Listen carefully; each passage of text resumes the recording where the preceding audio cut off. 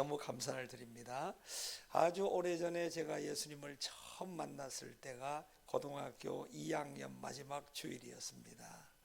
그때 예수님을 만나고 제가 했던 기도와 청년 때 했던 기도의 한 그 이야기를 보면 이사야 50장 4절을 두고 기도를 많이 합니다. 그 내용은 하나님, 그 이사야가 기도했던 주 여호와께서 학자들의 혀를 내게 주사 나로 곤고한 자를 말로 어떻게 도와줄 줄 알게 하시고 아침마다 깨우치시되 나의 귀를 깨우치사 학자같이 알아듣게 하시도다. 이 말은 놀라운 이야기죠. 많은 사람이 말씀을 알고 싶어 합니다. 말씀을 전하고 싶어 합니다. 그러나 이사야처럼 학자의 혀와 학자의 귀가 필요합니다. 깨닫지 못한 것은 전할 수 없고 깨닫지 못한 것은 누릴 수 없습니다. 오늘 이 컨퍼런스를 통해서 우리가 학자의 영을 더딥힐 수 있기를 바랍니다. 하나님의 말씀을 잘 알아듣고 또 그 참 어둠과 두려움 속에 살아가는 자를 어떻게 도와줄지를 알 수 있는 그런 놀라운 날들이 될 수 있기를 바랍니다. 오늘 목사님이 찬송을 하면서 저희들을 환영해 주심을 감사합니다. 특별히 이제 성탄절입니다. 예수님은 말씀입니다.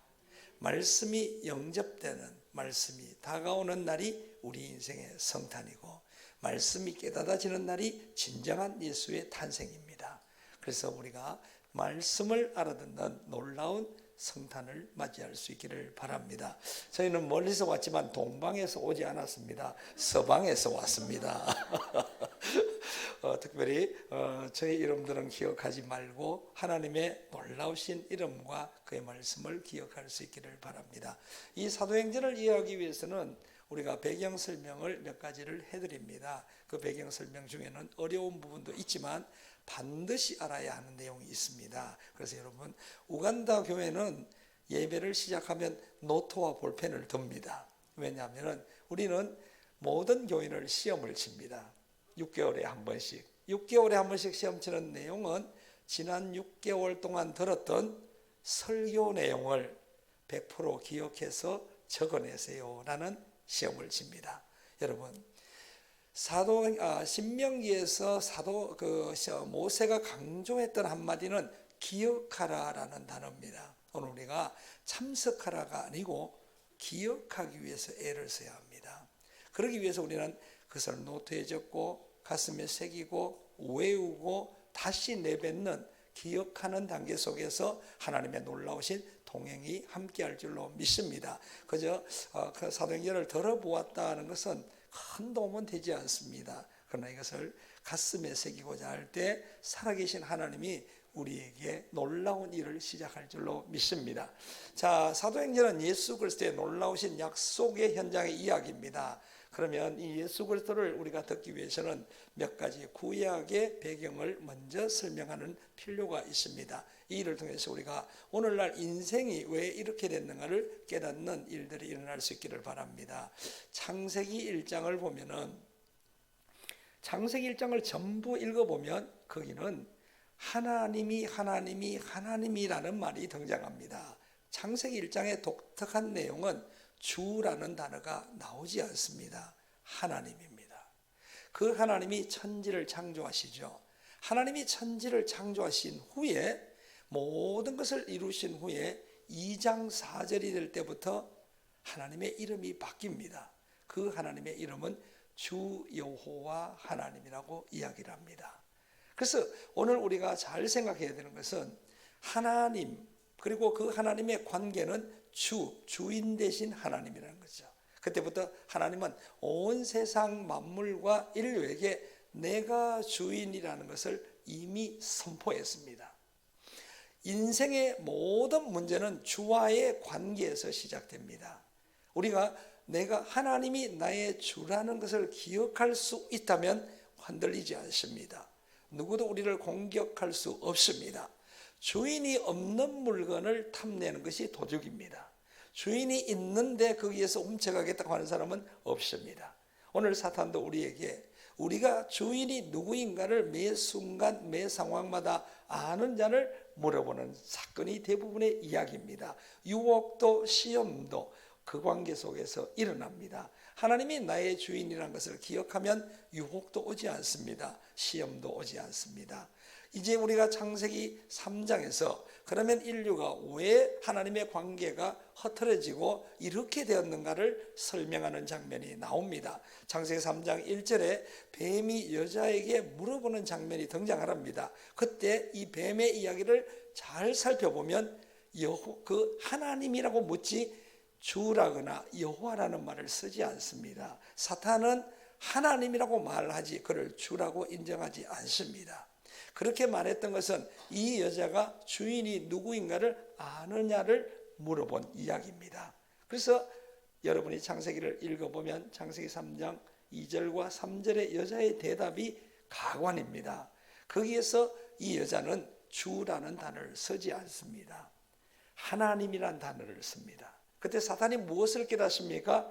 그러면 주를 거절하거나 주를 알지 못한 존재라는 것을 깨닫게 되었기 때문에 사탄이 그때부터 주인이 되고 싶었던 거죠. 주인으로서 거짓 비전과 확신을 줍니다. 선악과를 먹어도 죽지 않는다라고 이야기를 합니다.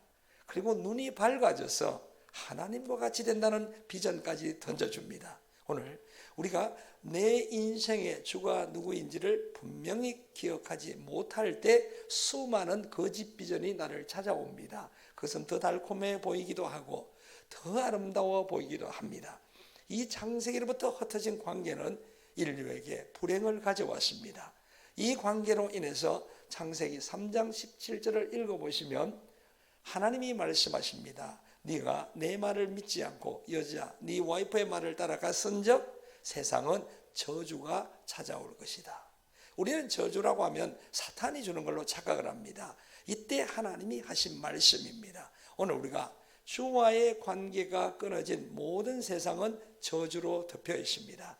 이것을 너무 오랫동안 저주 안에서 살았기 때문에 우리가 저주받은 말을 좋아하지 않습니다. 혹은 기억하지 않고 그 속에서 좀 더 부하고 건강하고 잘 살려고 노력하는 인생으로 전락해버렸죠. 우리는 하나님을 믿는다는 것은 나의 주 되신 하나님을 믿고 주와의 관계를 회복하는 길이 곧 하나님과의 동행의 길입니다. 성경에는 두 가지를 이야기합니다. 하나는 만남이요 하나는 동행입니다.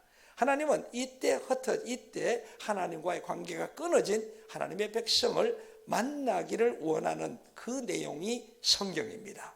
그리고 그 만난 하나님의 자녀와 이제 주 하나님으로서의 동행을 원하는 내용이 성경입니다.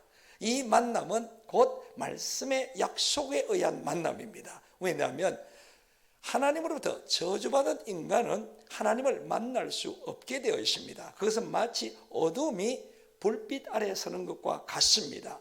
공존할 수 없는 길입니다. 그런데 하나님은 놀라운 길을 여십니다. 그 놀라운 만남의 만남의 조건을 열어준 것이 무엇이냐? 언약입니다.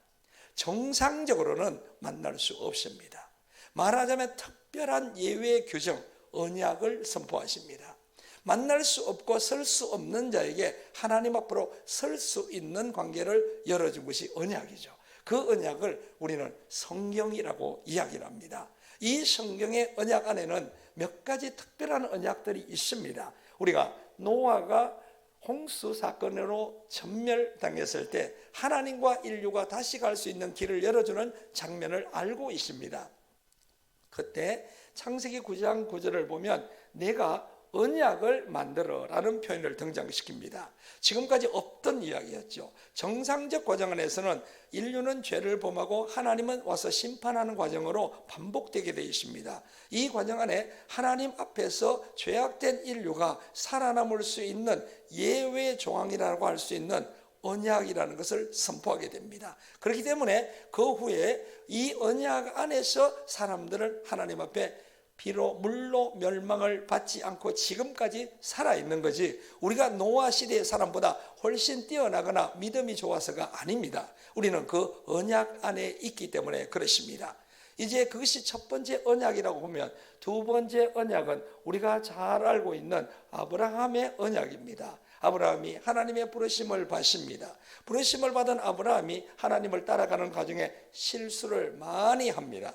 그 중에서 3가지 실수를 하게 됩니다. 가나안을 떠나서 이집트로 가는 실수를 하게 됩니다. 그리고 자기 부인을 부인하는 실수를 하게 됩니다. 3번째는 하나님의 때를 믿지 못하고 하갈을 취하여 이스마엘을 낳는 실수를 하게 됩니다. 자, 이 과정 속에서 거룩하신 하나님의 관계가 이루어질 수가 없죠. 하나님은 아브라함과의 동행을 위해서 그 인생을 불렀는데 아브라함이 하갈을 택해서 이스마엘을 취하는 그날부터 성경에는 하나님이 나타나지 않습니다.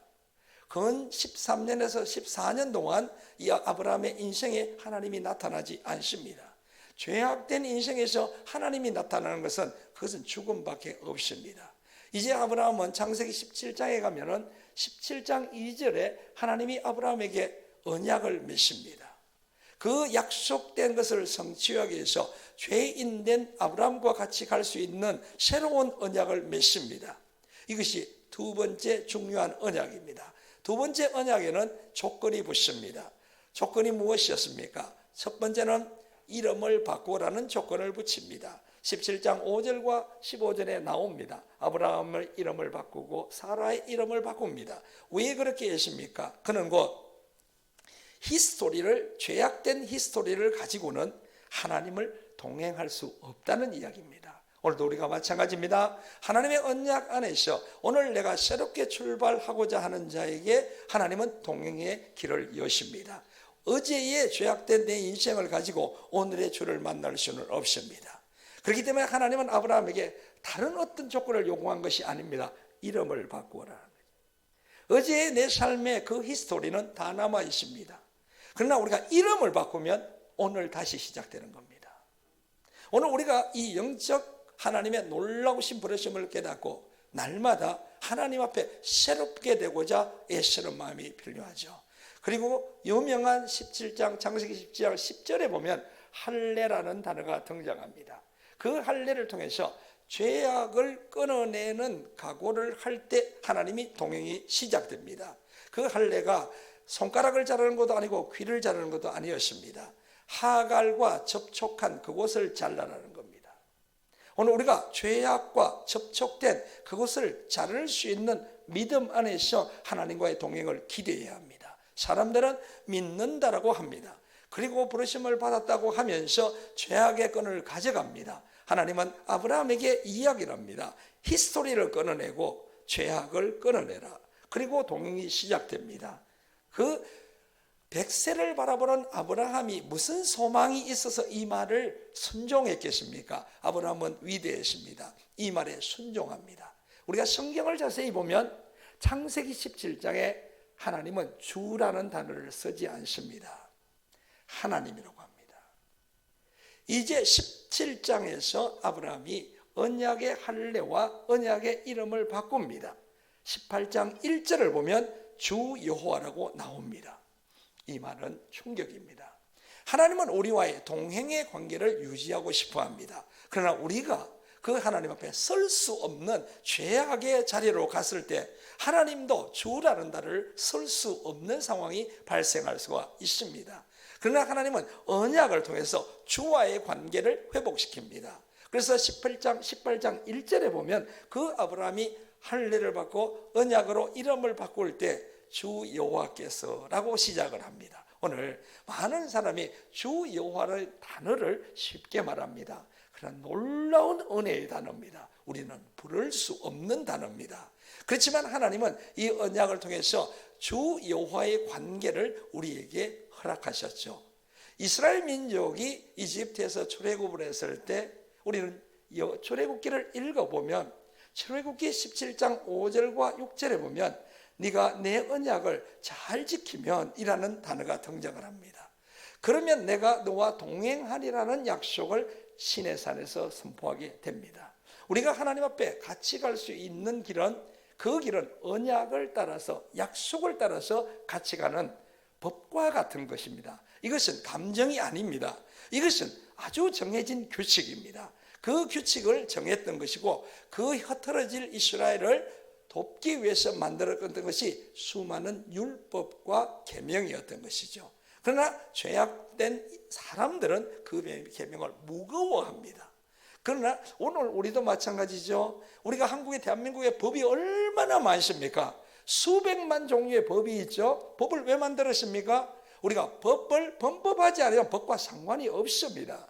그런데 법을 만드는 것은 질서를 유지하기 위함이듯이 인간, 죄인과 하나님의 동행관계에서는 질서를 만들었던 거죠. 그러나 이스라엘 민족이 이 길을 가지 못합니다. 불행히도 이스라엘 민족은 이 동행의 관계를 가나안 입성 후에 잊어버립니다.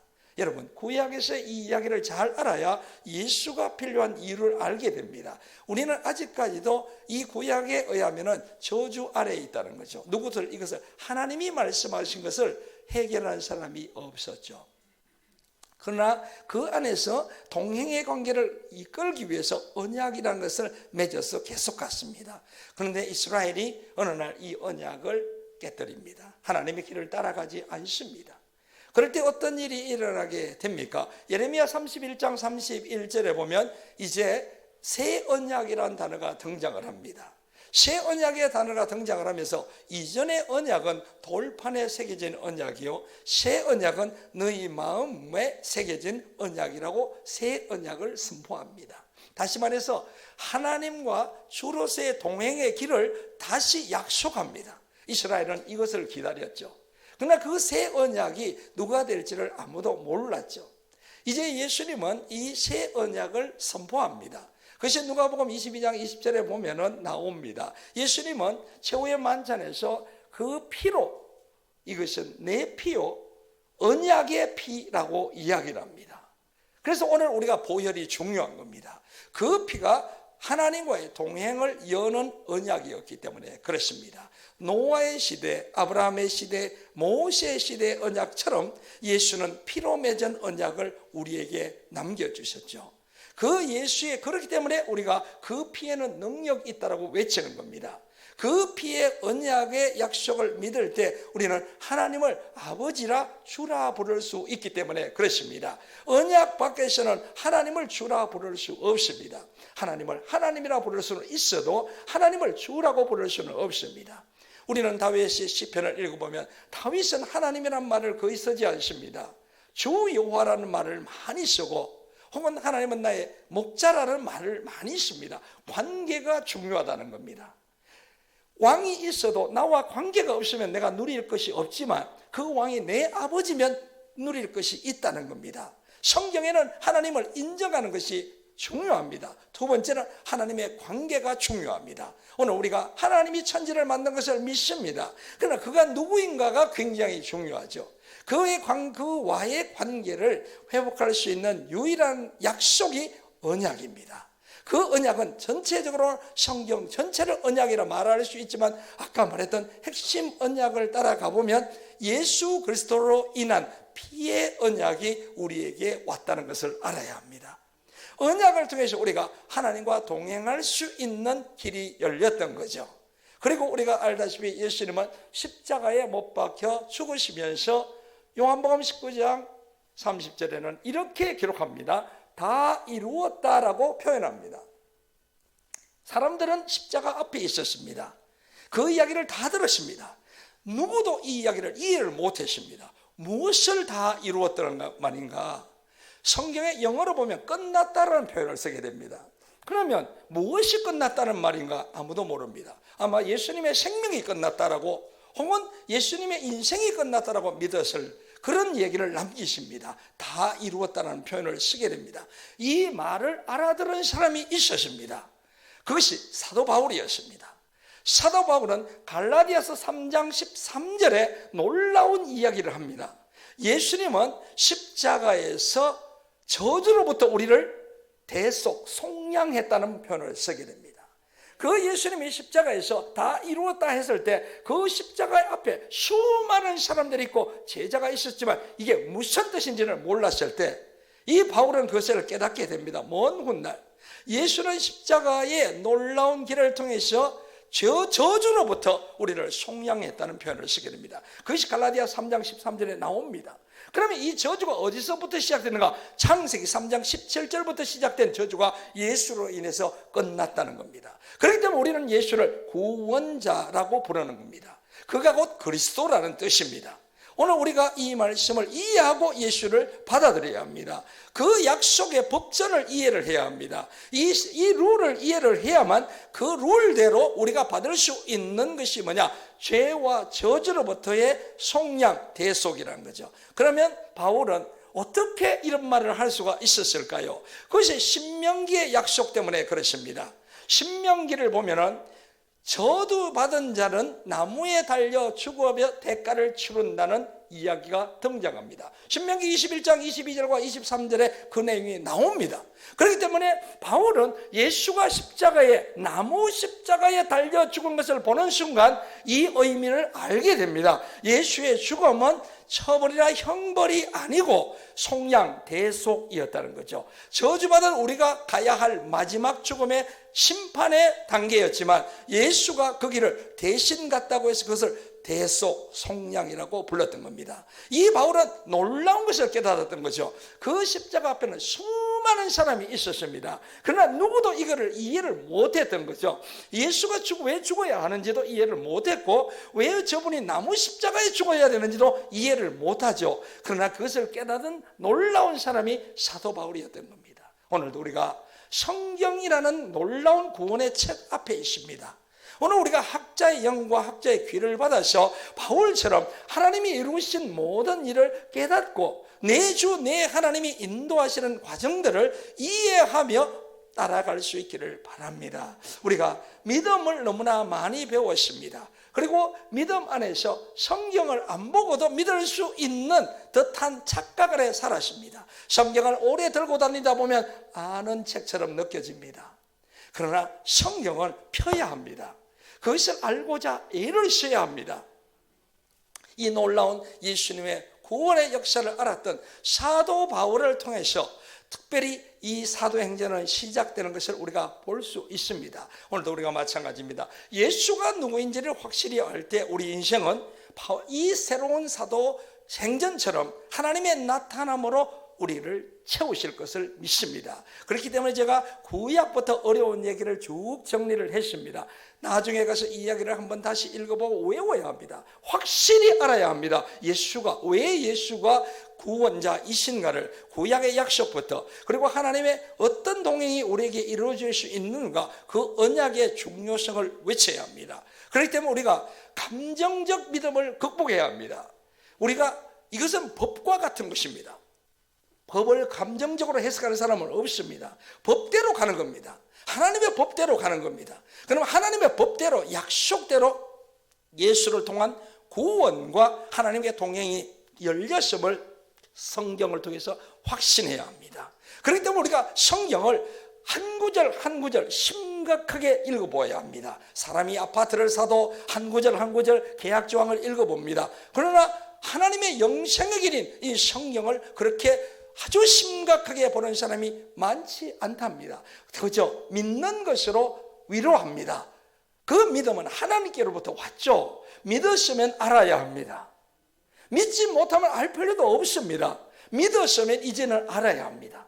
알면은 누릴 수 있습니다. 아는 만큼 풍성해질 수 있습니다. 약속입니다. 약속. 그래서 예수를 통한 두 가지 약속이 오픈되어 있죠. 그 첫 번째 약속은 아까 말했던 것처럼 피의 언약입니다. 두 번째 약속은 십자가의 대속입니다. 이것을 구약으로부터 완전히 이해를 했던 사람이 사도 바울이었던 거죠. 그저 바울이 어느 날 갑자기 다메섹 도상에서 예수를 만나 눈이 떠져서 훌륭한 사람이 됐는가? 그렇지 않습니다. 그가 예수를 구약으로부터 철저히 확인하고 확신하고 영접하고 믿었기 때문에 그가 말할 때 권세가 나왔던 것입니다. 오늘 이런 놀라운 역사가 우리 모든 성도님들의 삶에 증명되기를 간절히 바랍니다. 자, 이제 구약에서 우리가 왜 예수가 필요한가를 알게 됩니다. 그 예수의 언약을 우리가 받았다면 이 예수를 인해서 우리에게 맺어진 또 다른 약속을 우리는 살펴볼 필요가 있습니다. 사도행전을 이해하기 위해서는 우리는 몇 가지 상황을 볼 필요가 있습니다. 요한복음 21장에 보면은 예수님이 이제 마지막 부활의 장면에서 예수님은 그날 밤 바닷가에서 물고기를 잡던 베드로에게 나타나는 놀라운 일들을 우리에게 보게 됩니다. 이 사건을 잘 알아야 합니다. 왜 그러냐면은 이 사도행전 앞에의 모든 공관복음과 요한복음을 보면은 예수님이 예루살렘 입성 후에는 그런 큰 기적의 사건이 일어나지 않습니다. 그리고 마지막의 기적이 어떻게 보면 이걸 기적이라 표현하는 사람들이 있죠. 그래서 물고기의 기적입니다. 그러나 이 물고기의 기적은 그런 의미가 아닙니다. 그 기적은 이미 예루살렘을 도착하기 전에 하나님 예수님이 충분히 행하셨고 많은 사람들의 눈을 열었습니다. 그러면 예수님은 왜 마지막에 이 디베레아 바닷가에서 베드로에게 물고기를 잡는 장면으로 마무리를 되는가, 이것을 알아야 합니다. 베드로가 누굽니까? 3년 동안 예수님을 따라다녔습니다. 그가 누굽니까? 그 예수님의 십자가를 본 사람입니다. 또한 그 피를 본 사람이고 부활을 보았던 사람입니다. 우리가 그렇게 사모하는 예수의 보혈과 십자가를 눈앞으로 본 사람입니다. 그렇지만 예수님의 십자가 성천 이후에 이 베드로는 어디를 갔을까요? 고향 갈릴리로 돌아가서 먹고 사는 문제로 집중하게 되는 것이 베드로의 인생이었습니다. 오늘 우리가 예수님을 아무리 잘 알아도 오늘 당장 물고기 문제가 심각한 것처럼 동일한 현상이 일어났던 거죠. 그날 밤 베드로가 이제 배를 준비하고 그물을 사서 밤새도록 물에 던지지만 건지는 것이 아무것도 없었습니다.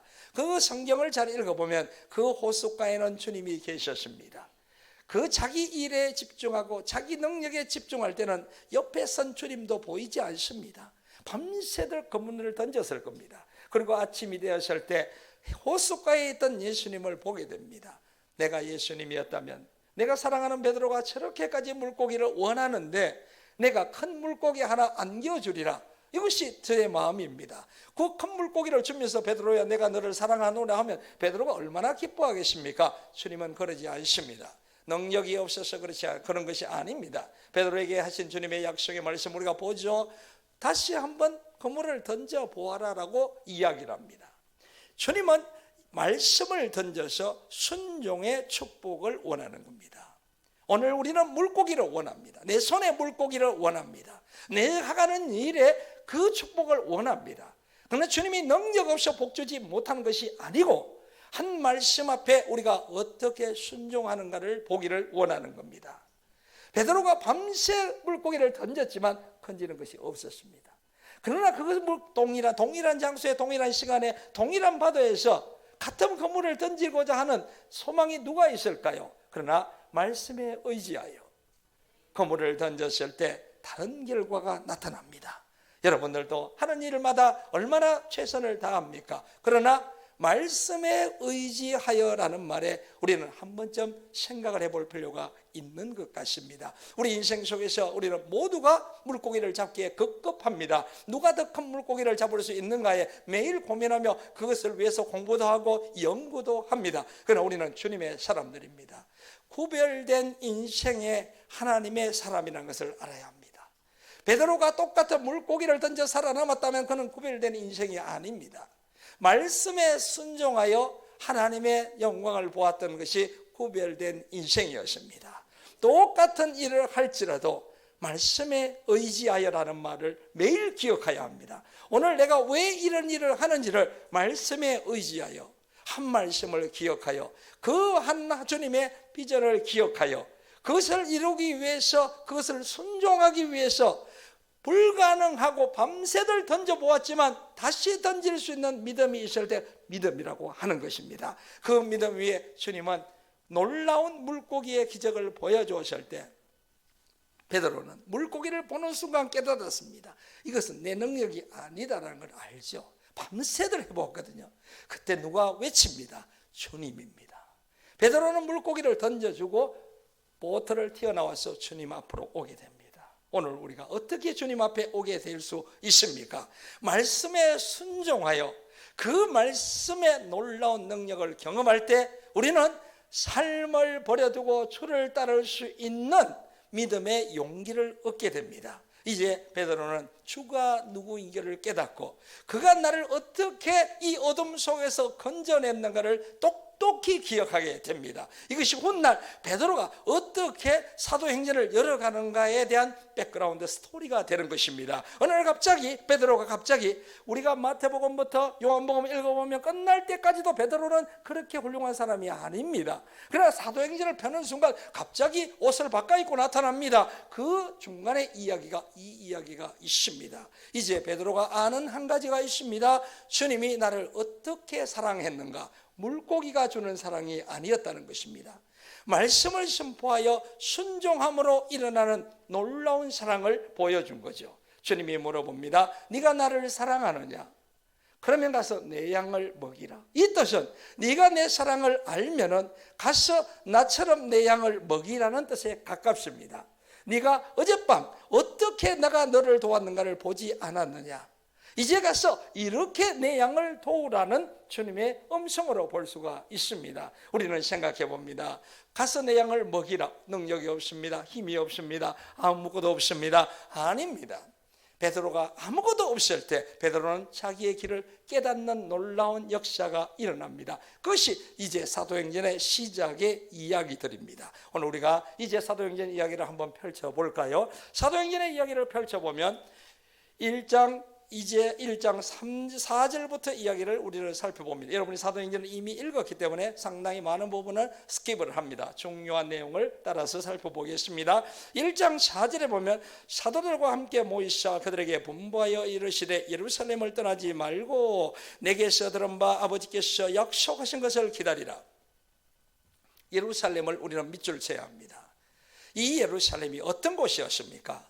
죽음의 장소였고 예수가 죽은 장소였고 제자들이 잡혀간 장소였고 수많은 사람이 그들을 죽이기로 작정한 곳이 예루살렘입니다. 주님이 알고 있습니다. 그 상황은 절망과 그리고 두려움과 아무런 소망이 없는 곳이 예루살렘이었지만 이 주님은 약속합니다. 예루살렘을 떠나지 말라라고 이야기를 합니다.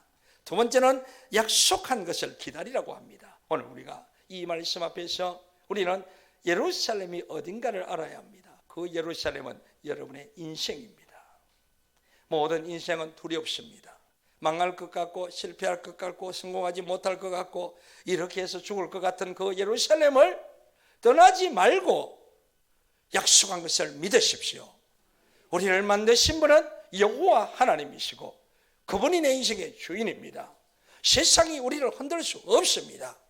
예루살렘의 긍지를 가지시고 예루살렘의 약속을 믿듯이 오늘 인생 안에서의 하나님의 계획에 믿음을 가질 수 있기를 바랍니다. 저는 우간다 목회자들을 향해서 이야기를 합니다. 오늘 이 컨퍼런스가 끝나면 집에 가서 그리고 교회에 가서 그 초가 교회, 무너진 교회, 그 가난한 교회 문을 여십시오. 그리고 두 손을 들어 선포하세요. 이곳이 나의 예루살렘이라고. 내가 여기서 영광을 볼 것이라고. 오늘 우리가 자기 인생을 위해서 그렇게 선포할 수 있기를 바랍니다. 세상은 우리의 눈을 어둡게 했고 우리의 믿음을 연약하게 했고 하나님의 약속이 의미 없는 것처럼 만들었습니다. 그러나 그렇지 않습니다. 이 사도행전을 통해서 여러분이 들어보면 주는 살아계시고 그분은 오늘도 우리를 통해서 약속한 것을 증명하기를 원하십니다. 예루살렘을 떠나지 마십시오. 사람들은 두렵습니다. 사람들은 회피하고 싶습니다. 기억하고 싶지 않습니다. 눈을 크게 뜨고 자기 인생을 보아야 합니다. 그 예루살렘을 떠나지 말고 약속한 것을 믿으십시오. 주께서 나를 만들었을 때 그 약속과 목적이 이제 열릴 것입니다. 우리가 두려울 때는 앞에 있는 주도 바라보지 못합니다. 그날 밤 베드로가 밤새 물고기를 잡으려고 그 그물을 던질 때 옆에 있는 주도 보지 못합니다. 아침에 주님이 출근하듯이 나타난 것이 아니고 저는 밤새 주님은 거기 계셨다고 믿습니다. 그러나 보지 못한 것이 베드로였죠. 어둠이 있었거든요. 두려움이 있으면 주를 보지 못합니다. 베드로는 자기가 억울한 것을 믿었습니다. 자기의 능력을 믿으면 주를 보지 못합니다. 베드로는 심각했습니다. 아무리 던져도 물고기가 없습니다. 우리가 긴장하고 초조할 때는 내 곁에 세신 예수를 볼 수 없습니다. 오늘 이 말씀을 통해서 다시 한번 믿음의 여유와 삶의 자신감을 가지십시오. 시작하신 분도 주님이시고 우리가 태어난 것도 하나님의 뜻 안에서 이곳에 오늘 서 있습니다. 우리가 원한 것이 아닙니다. 주님의 뜻 안에서 믿음의 자신감을 가지십시오. 세상이 나를 알아볼지 못할지라도 하나님의 뜻 안에서 약속한 것을 기다리시기를 바랍니다. 우리가 우간다의 목회자를 격려한 것처럼 오늘 집에 가서 여러분의 문제 앞에 손을 드십시오. 두려워하지 말고 이것이 나의 예루살렘이고 나는 이곳을 떠나지 않고 주의 영광을 볼 것이라고 선포하십시오. 이런 약속이 주님이 제자들에게 했던 약속이었습니다. 제자들은 두려웠습니다. 바리새인과 로마 군병이 이제 리스트를 가지고 찾아올 텐데 하루빨리 예루살렘에 떠나는 것이 상책이었습니다. 그러나 주님은 그것을 알았습니다. 그러니까 첫 번째 단어가 예루살렘을 떠나지 말라라고 하는 겁니다. 오늘 수많은 크리스천의 연약함이 이 한 구절로 회복될 수 있기를 바랍니다. 저희도 선교를 지금까지 하면서 수많은 난관을 겪었습니다. 수많은 두려움을 만나보았습니다. 해결할 수 없는 문제 앞에 서보았습니다. 홍해 앞에 선 모세처럼 우리는 방법이 없는 때를 수많이 만났습니다. 그때마다 저는 이 말씀을 붙들었습니다. 주님, 이곳이 현실에 돌아설 수 없는 나의 예루살렘입니다. 약속대로 주님 역사하시고 이 길을 여십시오. 우리는 돌아가지 않으면, 우리는 회피하지 않으며 우리는 주를 볼 것입니다. 우리는 그렇게 기도할 때마다 주님이 여시는 것을 보았습니다. 여러분 속에 있는 이 두려움을 다 버리십시오. 두려움의 근원은 창세기 3장에서 시작됩니다. 그 하와가 하나님의 관계에 주를 부인했을 때 무엇이 등장을 합니까? 두려워서 숨었나이다라는 단어가 성경에 처음 등장합니다. 우리가 하나님의 관계가, 주와의 관계가 흐트러지면 두렵습니다. 왜냐하면 내가 살아남아야 하기 때문에 그렇습니다. 오늘 예루살렘을 통한 하나님의 뜻, 내 인생을 통한 하나님의 뜻을 두려움 없이 맞이할 수 있기를 바랍니다. 금번 이 크리스마스가 영원히 잊지 못할 크리스마스가 될 수 있기를 바랍니다. 예수는 말씀으로 오셨습니다. 이 말씀을 영접하는 날이 크리스마스입니다. 이 말씀이 태어난 날이 크리스마스입니다. 이 말씀이 여러분의 인생에 태어날 수 있기를 바랍니다. 이제 예수님은 계속해서 말씀하십니다. 그 아버지의 약속하신 것이 무엇이었을까요? 5절에 보십시오. 요한은 물로 세례를 베풀었으나 너희는 몇 날이 되지 못되어 성령으로 세례를 받으리라. 모든 사람은 성령을 받기를 원합니다. 그러나 오늘 정말 성령을 받는 것이 성령의 세례를 원합니까? 성령의 체험을 원합니까? 혹은 성령의 나타남을 자랑하기 원합니까? 우리는 한번 좀 생각해 보아야 합니다. 이 말씀 안에는 성령의 세례라고 표현합니다. 우리는 세례의 의미를 우리는 알아야 합니다. 베드로전서 3장 13절에 보면 세례가 나옵니다. 그 베드로전서를 잘 읽어보면 이 세례의 의미를 우리는 잘 알아야 되는데, 우리가 원하는 하나님의 그 놀라운 세례의 의미, 베드로전서 3장 21절에 보면 물은 예수 그리스도의 부활하심으로 말미암아 이제 너희를 구원하는 편이 곧 세례라. 이는 육체의 더러운 것을 제버림이 아니요 하나님을 향한 선한 양심의 간구라는 표현을 씁니다. 하나님을 향한 양심의 회복을 이야기를 합니다. 옛날에는 저는 이전에는 불신자였습니다. 교회 안 오는 데 대해서 양심의 끄리낌이 없었습니다.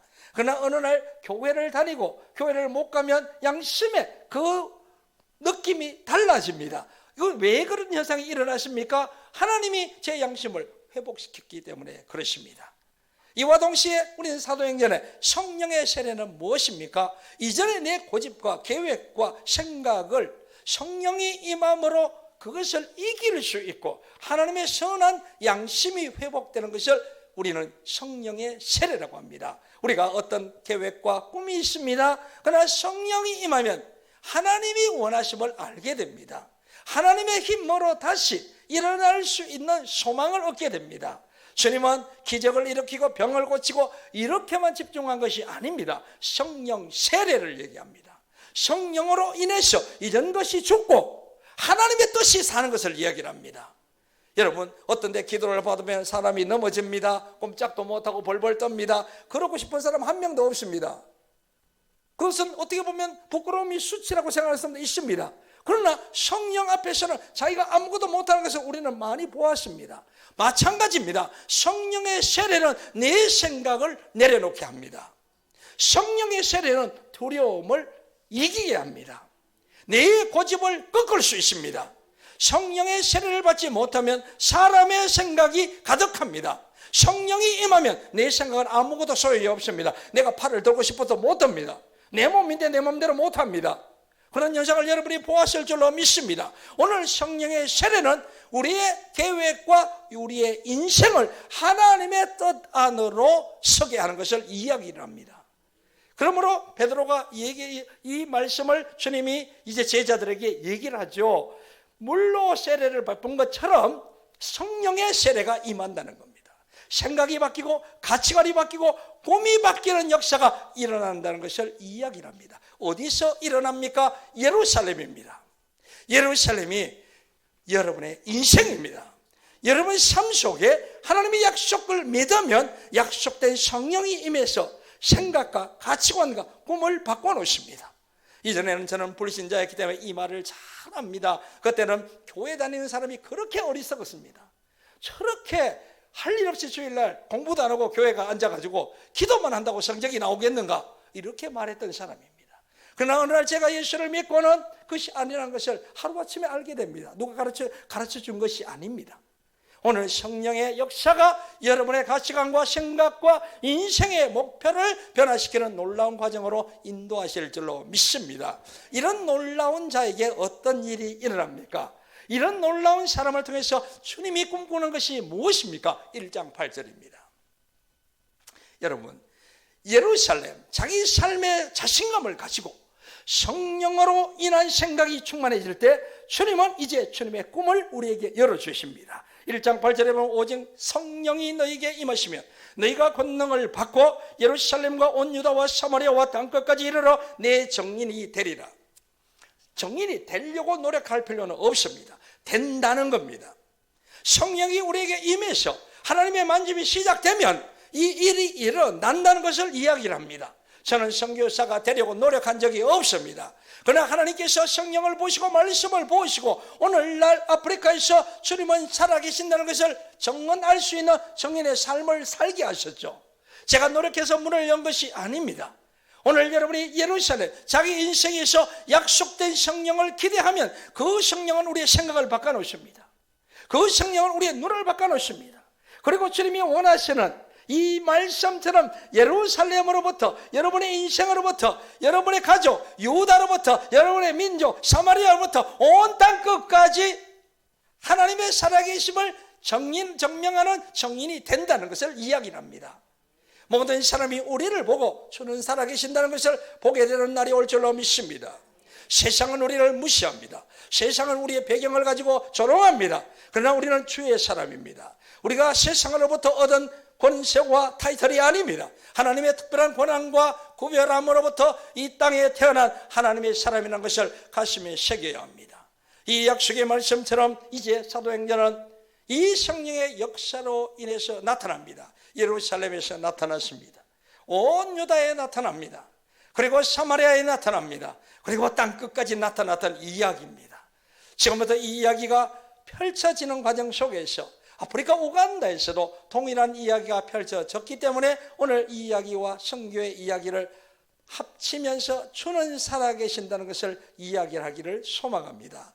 이 성령의 놀라운 은혜의 약속을 믿을 수 있기를 바랍니다. 그러나 1장 11절을 보면 우리는 충격을 받는 단어가 등장합니다. 제자들이 말씀을 배웠습니다. 십자가를 보았습니다. 그리고 피를 보았습니다. 그리고 부활의 주를 만났습니다. 사명을 받았습니다.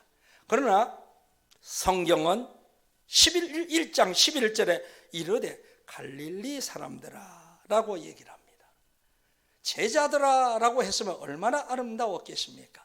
3년 전에 떠났던 갈릴리 사람을 얘기를 하는 겁니다. 자, 약속도 받고 은혜도 받고 모든 것을 받았는데 왜 타이틀이 바뀌지 않는가에 우리는 생각해 보아야 합니다.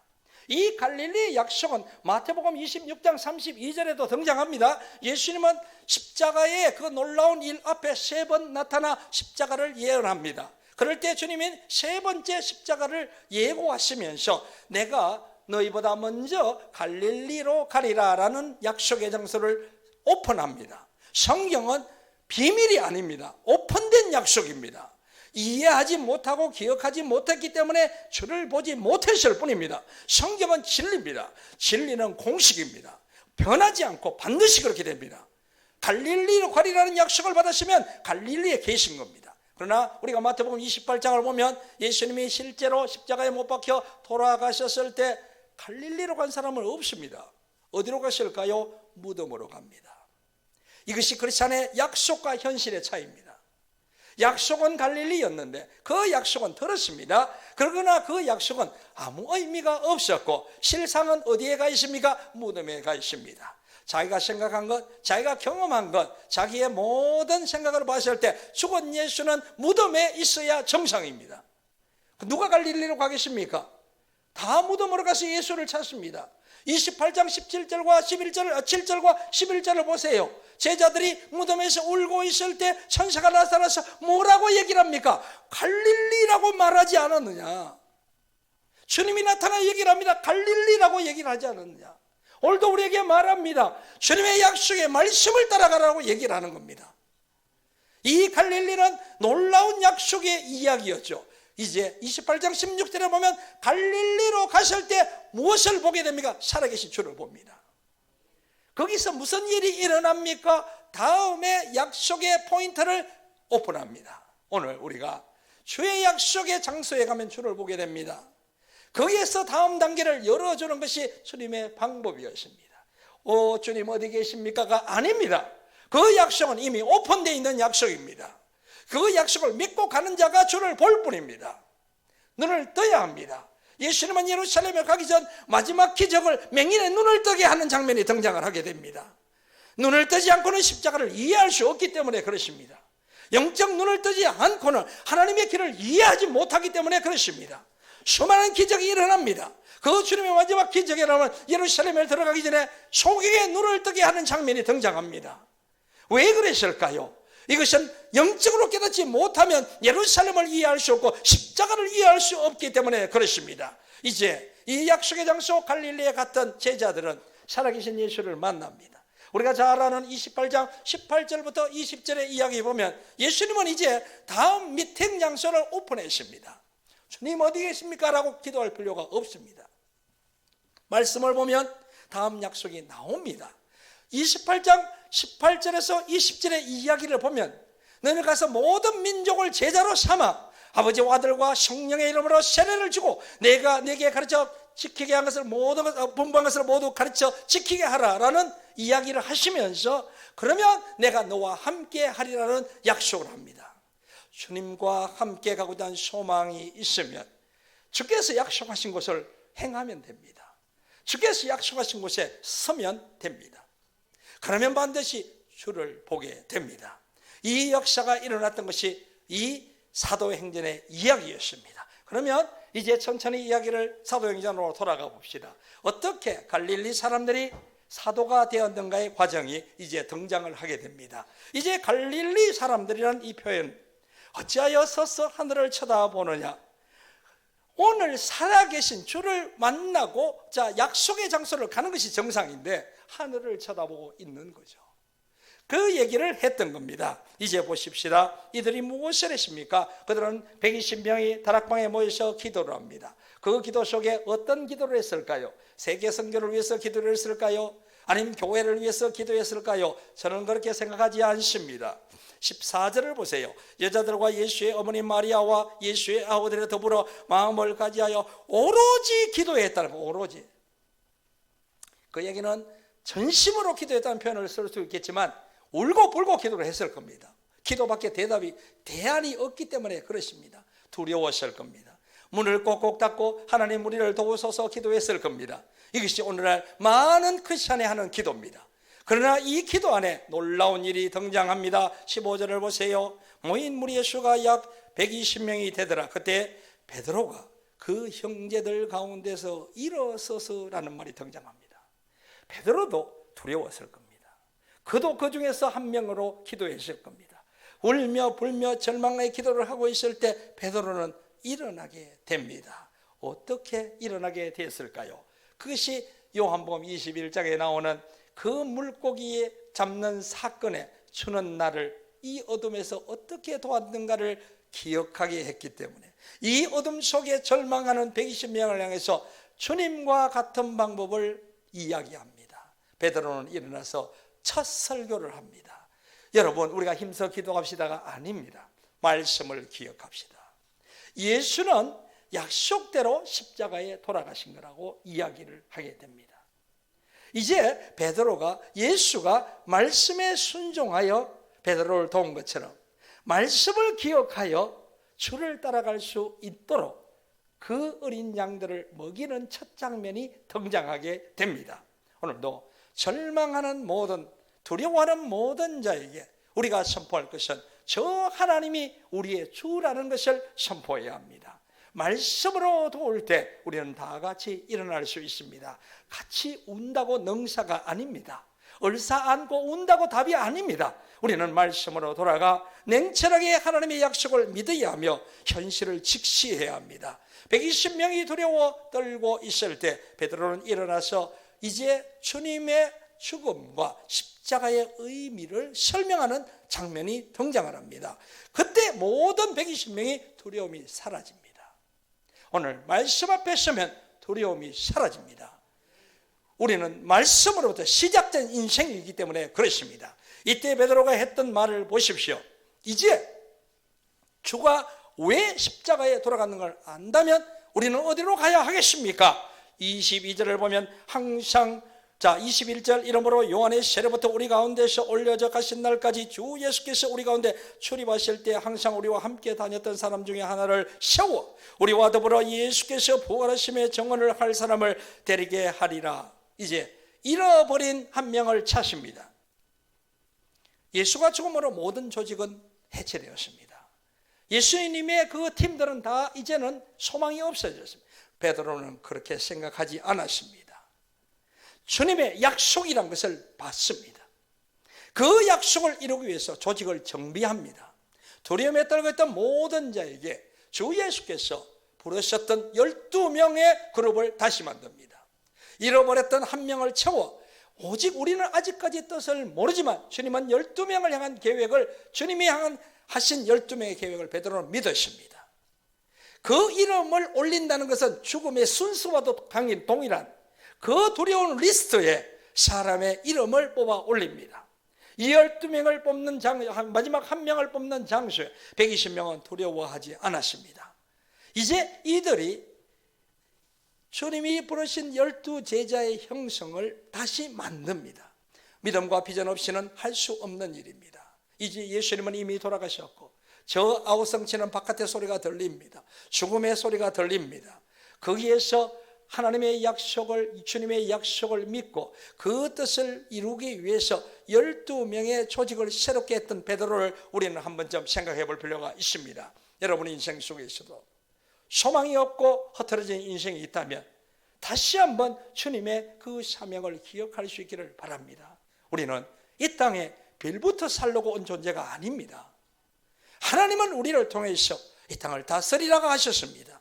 그 얘기는 곧 영향력 미치는 크리스찬으로 반드시 세우십니다. 우리가 두려울 때는 120명의 제자처럼 문을 닫고 기도하게 됩니다. 눈물의 계곡을 지나게 됩니다. 말씀과 예수의 놀라운 뜻을 우리가 기억할 수 있다면 우리는 새롭게 일어날 수 있습니다. 가정으로부터 자기의 사업장으로부터 여러분이 하는 모든 공부로부터 다시 조직을 새롭게 하십시오. 주님의 계획에 길을 여십시오. 주님이 개입할 수 있는 장소와 공간을 만드십시오. 그 약속을 붙드십시오. 우리가 하는 모든 일 위에 이 약속은 유효합니다. 이 베드로는 제자들에게 그렇게 해서 이제 마지막 제자를 뽑게 됩니다. 그리고 이들의 목표가 무엇이었습니까? 예수님의 그 삶과 부활을 증언할 사람을 찾았다는 것이 중요합니다. 우리 인생 속에서 예수님의 삶과 부활이 증언되는 그런 인생이 될 수 있기를 바랍니다. 성경은 우리를 그리스도의 향기라고 표현합니다. 향기는 원한다고 옆 사람이 맡는 것이 아닙니다. 가만히 있어도 맡게 됩니다. 내 인생이 그렇게 흘러갈 것을 믿으십시오. 내가 가만히 있어도 누군가는 내 인생에 무엇인가 다르다는 것을 느끼게 해 달라고 기도하십시오. 내가 입을 열어 내가 말씀을 선포하고 내가 삶을 가지고 내가 조용히 있을지라도 나는 그리스도의 향기라는 것을 믿을 수 있기를 바랍니다. 내가 있는 모든 곳에 영향력을 미치는 삶으로 도전할 수 있기를 바랍니다. 저는 오랫동안 이 말씀을 묵상했습니다. 영향력 있는 크리스천의 의미가 무엇일까?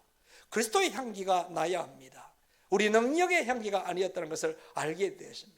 저는 옛날에는 돈을 많이 벌고 출세하면 영향력 있는 사람이 되는 줄 알았습니다. 그러나 그리스도의 향기라는 말에 다시 깨닫게 됩니다. 우리 안에 그리스도의 냄새가 나야 된다는 겁니다. 바울은 갈라디아서 6장 17절에 보면 바울은 내 몸에 예수의 흔적이 남았다고 표현합니다. 우리가 금년에 가기 전에 우리 인생에 예수의 흔적이 어떻게 금년에 나를 지나갔던가를 한 번쯤 생각해 볼 필요가 있습니다. 어떤 데는 그 흔적이 고통으로 지나갔습니다. 어떤 데는 그 흔적이 기쁨으로도 지나갔습니다. 그러나 그 흔적을 깨닫지 못한다면 의미 없는 인생이었습니다. 주님은 우리를 금년에도 우리를 통해서 역사하셨습니다. 우리가 깨닫지 못하고 인지하지 않으며 그것을 영접하지 않아야 하실지라도 주님은 우리에게 나타났던 놀라우신 부활의 능력이 있었습니다. 그래서 오늘 이 말씀처럼 우리 인생 속에 주님이 하실 놀라운 일을 계획하며 2026년이 되기 전에 12명의 제자를 만든 베드로처럼 내 인생을 통한 하나님의 또 다른 계획을 꿈꾸며 바라볼 수 있기를 바랍니다. 저는 인생에 3가지 모토가 있습니다. 그 첫 번째는 꿈꿀 수 있는 자는 축복이라는 모토입니다. 여러분, 꿈도 못 꾸고 죽는 사람이 얼마나 많으십니까? 꿈을 꾸는데 돈이 듭니까? 꿈을 꾸는데 시간이 듭니까? 그렇지 않습니다. 오늘 말씀 앞에 영을 회복하면 꿈꿀 수 있습니다. 그리고 그 꿈을 도전할 수 있다면 은혜입니다. 이 세상 모든 만민 중에서 나를 택하사 그 놀라운 일을 이루기를 원하시는 주님을 바라볼 때 은혜가 느껴지게 되어 있습니다.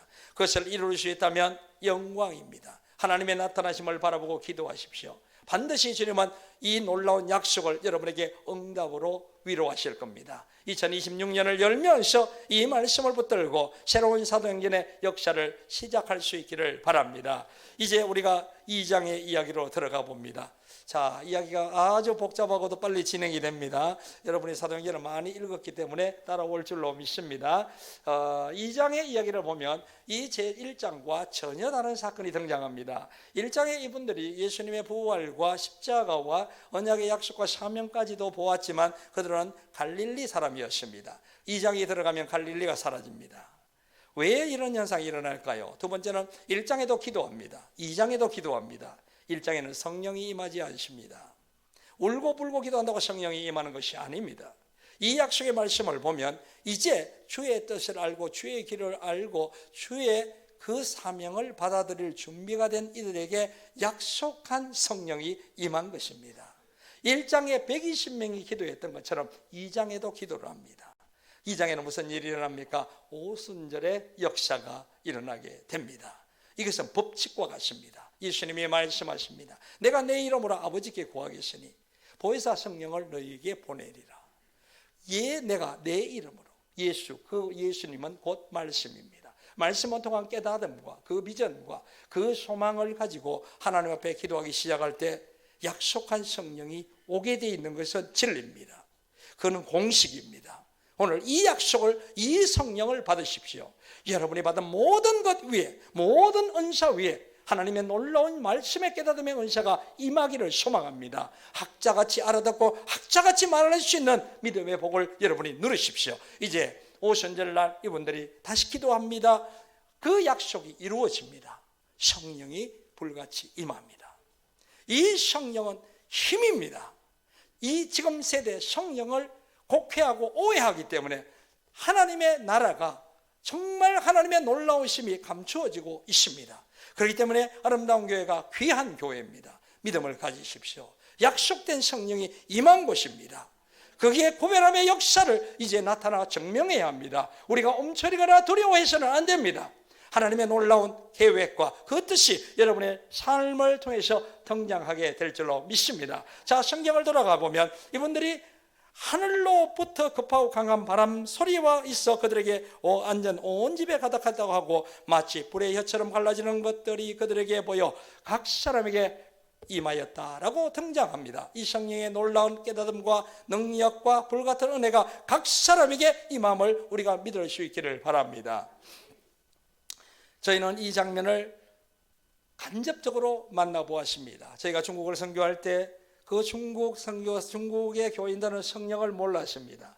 저도 성령을 몰랐습니다. 제가 처음 선교를 할 때는 이 성령이란 책에 있는 단어라고 생각을 했습니다. 그래서 저희는 주로 성경 공부를 리드하는 바이블 스터디를 주로 했습니다. 어느 날 갑자기 우리가 성령이라는 것을 배우게 됩니다. 성경 안에는 성령의 약속이 있다. 오늘 밤 우리가 기도하며 이 약속을 믿어보자 라고 기도를 합니다. 그때 우리가 한 70명이 모여서 기도를 합니다. 그 지하실 방에서 기도를 하는데 그날 밤에 70명 중에 30명 정도가 동시에 방언을 받는 것을 보았습니다. 그것이 누가 방언을 가르친 것도 아니고 누가 기도해 준 것이 아닙니다. 동시에 역사하는 것을 보았습니다.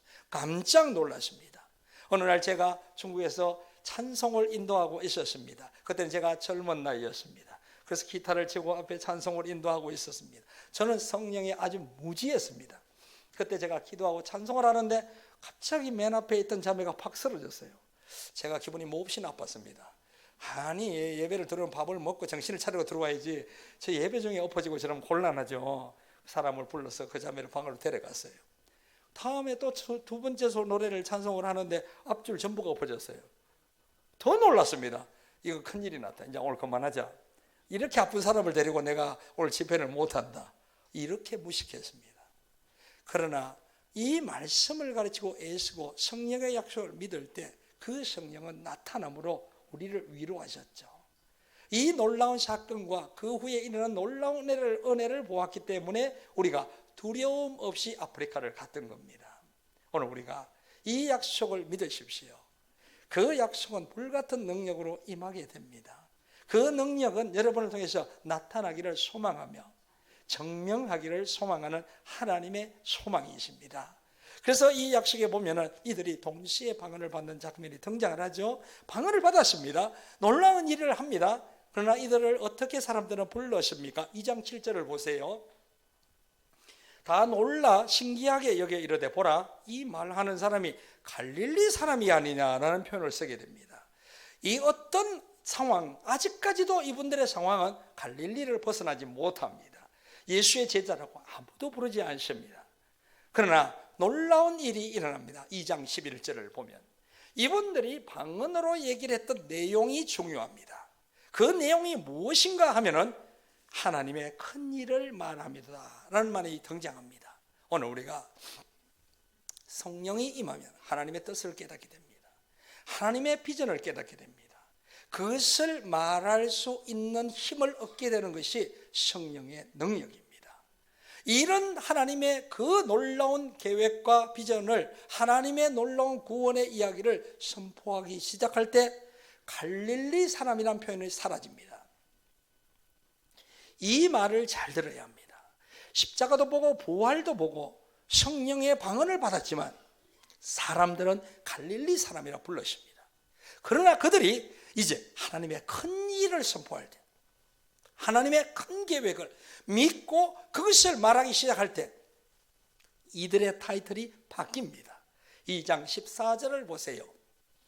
베드로가 11사도와 함께 서서라는 표현이 등장합니다. 여기 처음 성경은 사도라는 단어를 씁니다. 여러분 이분들이 시험을 쳐서 어떤 과정을 패스해서 사도가 된 게 아닙니다. 성령이 임하여 하나님의 큰 일을 말할 때 하나님이 그들의 타이틀을 바꿉니다. 1장 11절에 보면 하늘의 천사가 그들에게 갈릴리 사람이라고 얘기했고 2장 7절에 보면 동네 사람들이 갈릴리 사람이라고 얘기를 했지만 2장 14절에 가면 이들의 타이틀이 사도로 바뀌는 것을 보게 됩니다.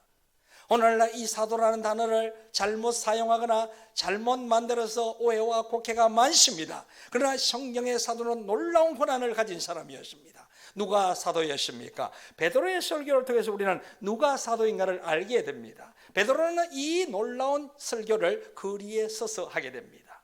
첫 번째 그들은 두려움이 사라졌습니다. 이전에 120명이 모여서 마가 다락방에서 모여 기도하던 사람들이 거리로 뛰쳐나갑니다. 거리로 뛰쳐나가서 그들이 선포했던 것은 2장 17절에 보면 말세라는 표현을 쓰게 됩니다. 주의 때가 가까웠다는 것을 인식하게 됩니다. 오늘 성령이 충만하면 하나님의 때를 분별할 수 있습니다. 내가 무엇을 해야 될지를 알게 됩니다. 우리가 하나님의 때를 알 수 있으면 우리의 삶이 달라집니다. 우리의 삶이 달라지는 근본 원인은, 달라지지 못하는 근본 원인은 어제나 오늘이나 동일하게 느껴지기 때문에 그렇습니다. 그러나 베드로가 어제도 여기 있었고 오늘도 여기 있었지만 오늘 성령이 임할 때 그는 급하게 되었습니다. 이제 하나님의 때를 알았기 때문에 그렇습니다. 예수님은 사마리아 여인의 구원의 사건을 통해서 한 사마리아 여인의 구원을 보고 주님은 말씀하십니다. 그 요한복음 4장에 보면은 예수님이 한 여인의 회개를 보면서 추수 때가 가까워졌다라는 표현을 쓰게 됩니다. 제자들이 보았을 때는 이 형편없는 여인 한 사람이 죽게 돌아오는 것을 보고 추수가 때가 가까웠다는 것을 믿을 수 없을지라도 주님은 그것을 보았습니다. 그것을 선포하게 됩니다. 이 베드로는 성령이 충만할 때 이제 하나님의 때가 가까워 왔다는 것을 선포했던 겁니다. 그 내용의 중에 우리는 잘 알고 있는 요엘서의 이야기입니다. 자녀와 젊은이와 늙은이에 대한, 그리고 하나님의 크고 영원한 때가 온다는 것을 보게 됩니다. 이 마지막 말씀을 왜 강조했습니까? 21절을 보세요. 누구든지 주의 이름을 부르는 자는 구원을 얻는다는 단어를 쓰게 됩니다. 오늘 우리는 때를 분별해야 합니다. 상황을 파악을 해야 합니다. 그리고 살 길을 찾아야 합니다. 베드로는 선포합니다. 그것이 곧 예수의 이름으로 인한 구원의 때가 왔다는 것을 베드로는 선포합니다. 이것을 보고 우리는 무엇을 알아야 합니까? 누가 진정한 사도입니까? 이 시대의 하나님의 때들을 분별해야 합니다. 예수를 통한 구원을 확신해야 합니다. 그것을 선포할 수 있는 믿음의 담대함과 열정이 우리에게 있어야 합니다. 이럴 때 하나님은 여러분의 타이틀을 바꾸어 놓을 것이고 여러분의 직분과 권한을 바꾸어 놓을 수 있습니다. 1절의 베드로가 2절에는 사도로 등장하는 것을 보게 됩니다. 오늘 이 약속의 말씀이 저와 여러분을 덮을 수 있기를 바랍니다. 그저 어제 같은 오늘을 살지 말고 오늘 하나님께서 만드신 이 하루를 기억할 수 있기를 바라고, 이 시대 이제 여실 2026년에 하나님의 때를 바라보십시오. 그리고 예수를 통한 구원의 약속을 확신하십시오. 그리고 그것을 외치기 시작할 때 여러분의 이름이 변할 것이며 삶이 변할 것이며 여러분의 권세가 변하는 것을 보게 됩니다. 베드로는 2차 설교로 인해서 교회를 만드는 역사로 하나님은 사용한 것을 보게 됩니다. 이제 베드로 한 사람과 12제자의 성령의 역사로 인해서 하나님의 그 놀라운 계획을 선포하기 시작했을 때 초대 교회가 형성되는 것을 보게 됩니다. 여러분 한 사람이 하나님의 놀라운 계획과 때를 기억하며 믿을 때에 여러분을 통한 하나님의 놀라운 구원이 몰려올 것입니다. 우리는 구원을 구걸할 필요가 없습니다. 한 번만 우리 교회에 와주십시오 할 필요가 없습니다. 권세가 우리 안에 있습니다. 그들이 살고 싶어하고 그들이 살아야 되는 겁니다. 생명이 우리 안에 있다는 것을 믿을 수 있기를 바랍니다. 이런 놀라운 자신감의 베드로는 이제 사람들에게 선포합니다. 무엇을 선포했습니까? 22절에 보면 이스라엘 사람들아 이 말을 들으라라고 얘기를 합니다. 이전에는 도망 다녔습니다. 두려웠습니다. 이제는 대놓고 얘기를 합니다. 들어라라고 얘기합니다. 우리도 이렇게 말할 수 있는 믿음이 여러분에게 있을 수 있기를 바랍니다. 2장 36절에 보면 베드로의 설교의 핵심이 나옵니다. 그런즉 온 집은, 이스라엘 온 집은 확실히 알지니 너희가 십자가에 못 박은 이 예수를 하나님이 주와 그리스도가 되게 하셨느니라. 주와 그리스도가 굉장히 중요한 단어입니다. 주라는 단어가 등장한 것은 아까 말했던 창세기와 관련이 있습니다. 그 주와 그 하나님 되신 예수, 그리고 그가 그리스도라는 것은 저주로부터 우리를 끝내신 분이라는 뜻입니다. 저주가 끝났지만 사탄은 우리의 믿음을 알기 때문에 우리를 속입니다. 저주는 끝나지 않았다는 거죠. 날마다 저주 안에 살아갈 것이라고.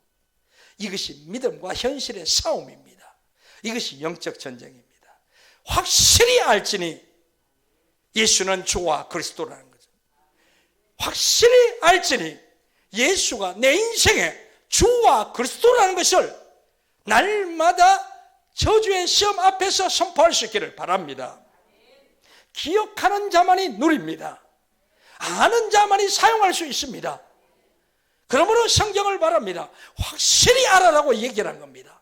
그저 멀리서 바라보고 믿는 것이 아니고 확실히 알지니. 저는 이 말에 굉장한 충격을 받았습니다.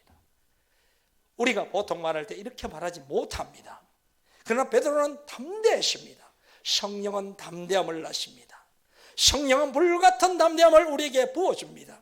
그래서 성령을 표현할 때 불이라고 이야기를 합니다.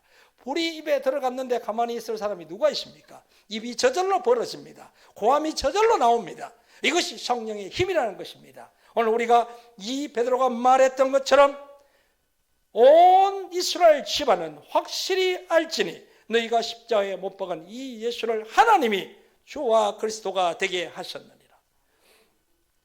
이 위대한 예수의 주되심과 하나님의 되심이 어떤 현상을 유발시킵니까?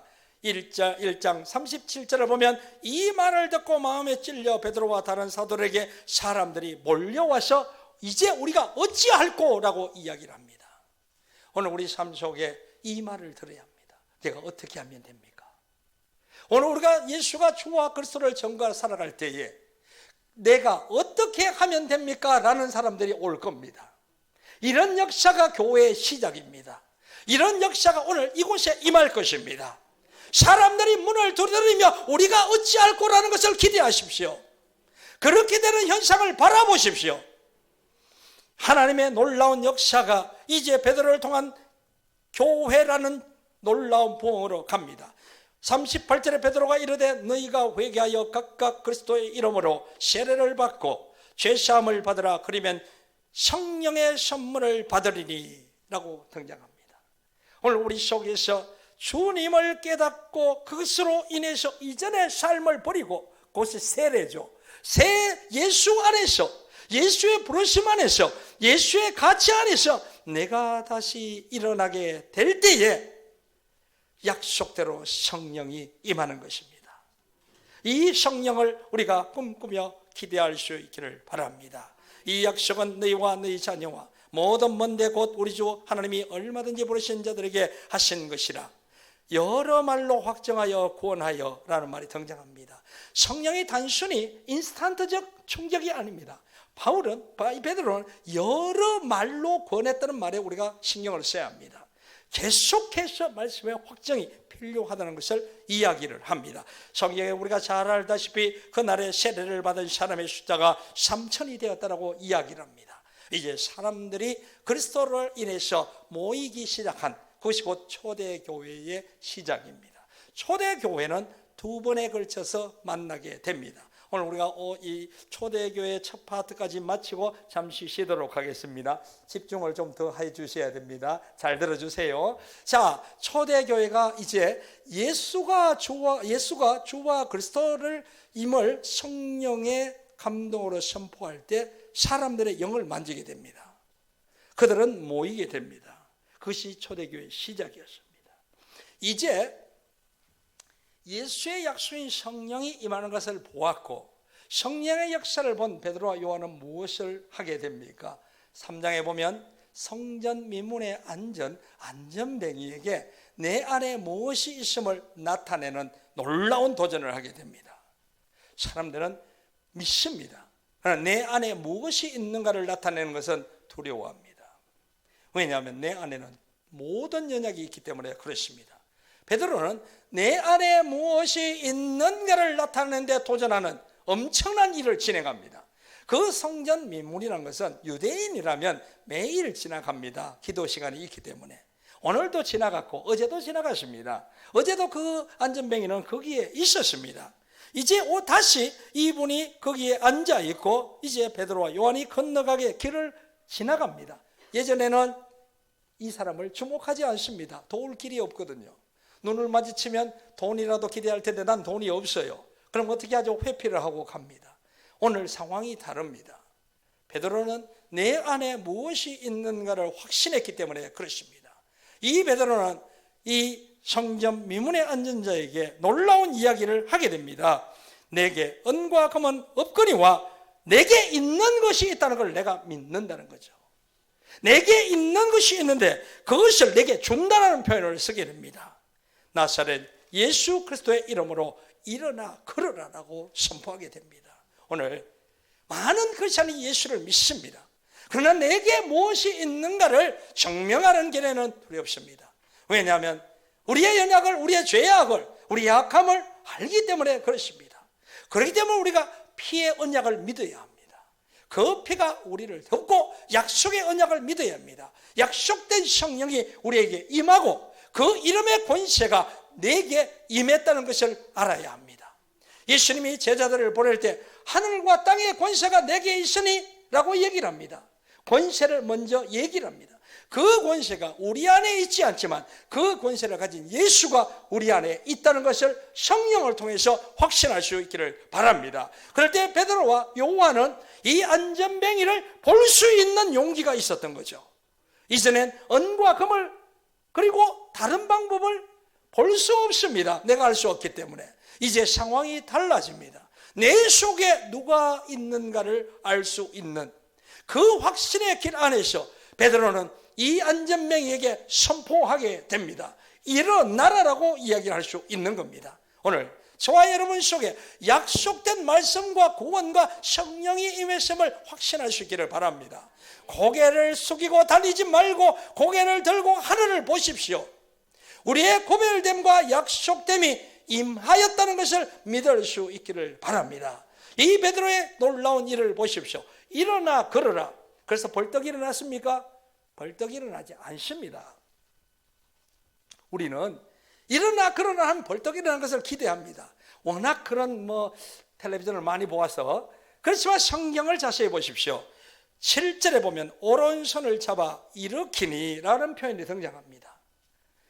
이것을 말씀의 선포와 확신과 그것을 증명할 수 있는 손을 내밀어야 한다는 것입니다. 그가 안전뱅이가 믿음이 없을지라도 그를 일으켜 세우는 것은 내 속에 있는 약속의 믿음의 힘입니다.